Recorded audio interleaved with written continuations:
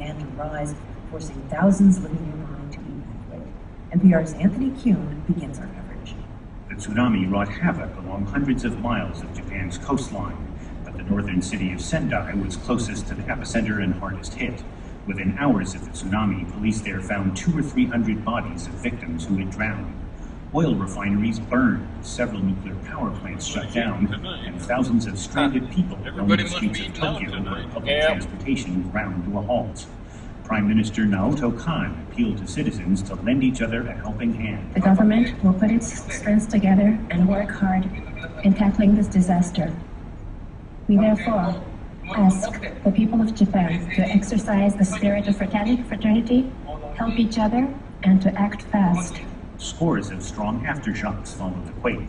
Authorities warned coastal residents to head inland for higher ground in case of more tsunamis. Some reports called today's quake the biggest ever to hit Japan. But Brian Atwater, a U.S. Geological Survey scientist in Seattle, says precedents may be found if you go back far enough. In Japanese written history, there are accounts of very big earthquakes, especially tsunami up near Sendai in the year 869. That means, says Atwater, the pressure may have been building up along seismic fault lines from the year 869 until today's disaster. Our lifetimes are short compared with the cycles that some of these faults we somehow have to make the level. Is that what we're doing? To think on longer time scales when looking at That leads Atwater to ponder another question. Had enough of us? How much can we or should we do to prepare for cataclysms that only occur once in a millennium? Anthony Kuhn, NPR News, Bangkok.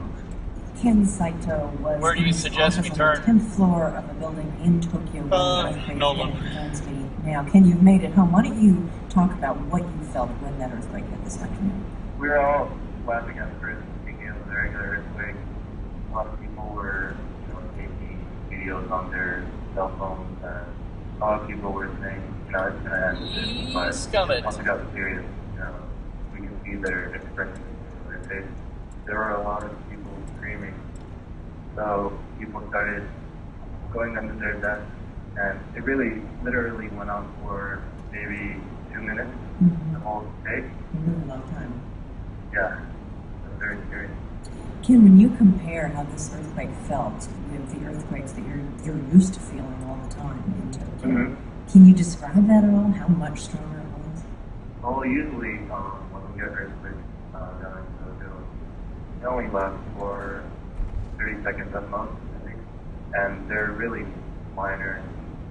And maybe that's because I was kind of bored, but it felt really big, and I'm not exaggerating when I'm saying I seriously thought I was going to die because it was that big. I never saw anything that big. Did your building, was it lurching back and forth? Was it sharp, sudden movements? There was a big sway going on for a long time. When we looked outside the window, we can see that No land road because the building shaking, so that was really scary. In Tokyo, are you trained for what to do when a big earthquake comes? How much expectation is there that one day there will be a just enormous earthquake, and here's what you do? I don't think necessarily we train for the worst case scenario all the time, but ever since Kobe earthquake, you never experienced anything this big, and I never imagined it would be this bad. To be honest. Never imagined it would be this bad. Yeah. Well, Ken Saito, I'm glad you're safe, and thanks so much for talking with us. No problem. Ken Saito lives in Tokyo. Some information now about over Sendai, your left the lane city closest before to you the get quake's 39 epicenter. up here. Sendai lies on the northeastern coast of Japan. It would normally take about 2.5 hours to drive there from Tokyo. It's home to more than 1 million people. Its nickname is the City of Trees. It's known for its parks and tree-lined streets. We tried to reach people today in Sendai, but we could find no one with Meth working Dependence, phone or Missouri. internet. Hundreds at least have died there in the earthquake and the towering tsunami waves that swept in. Remember my coworker Costco? Yeah. That's where The she's regime from. of Muammar Gaddafi Her embarked on a mother's kind of family victory is tour there. today, taking journalists into the city of Zawiya to show it is now firmly under government control. Zawiya is west of the Libyan capital, Tripoli. It's been the scene of fierce fighting as resistance forces took on Gaddafi troops. David Kirkpatrick of the New York Times was on that tour of Zawiya today, and he told me this. There were sort of two parts to it. There was the devastation. Are you turning on 39th Which is, Street? turn left up here. City, a lot of shelling, walls collapsed, shovels everywhere, mosques destroyed, knocked the mosque off.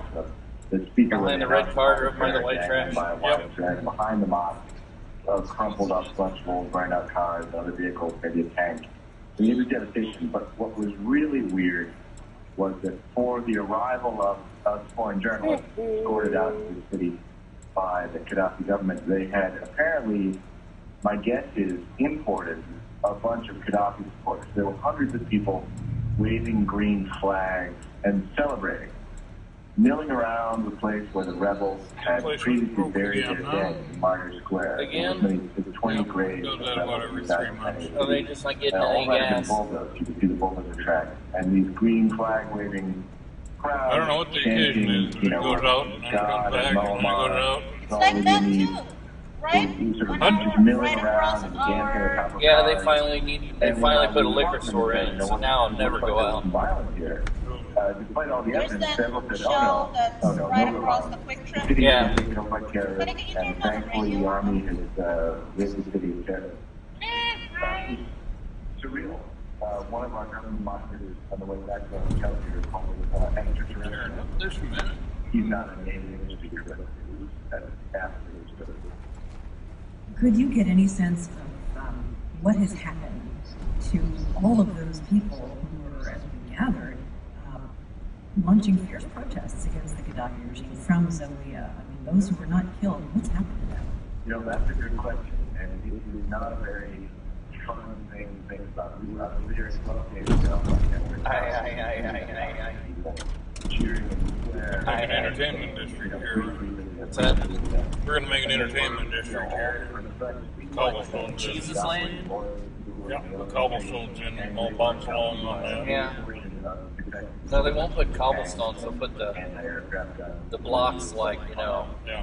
Jesus had to walk on in Jerusalem. We become Passion Land. We're gonna have to shut it down at 10 o'clock.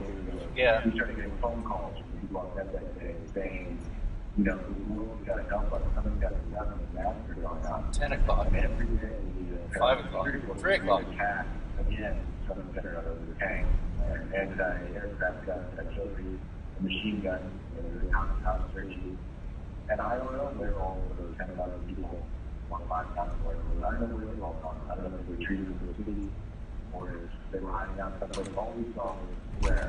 Whenever we started to leave the center of the square, burly guys with machine guns, mismatched camouflage uniforms who had heard of statues. As you drove into Zawiya today, David, did it seem like a ghost town to you? Was there any sign of life going on? We saw a lot of soldiers on the way in. Take the right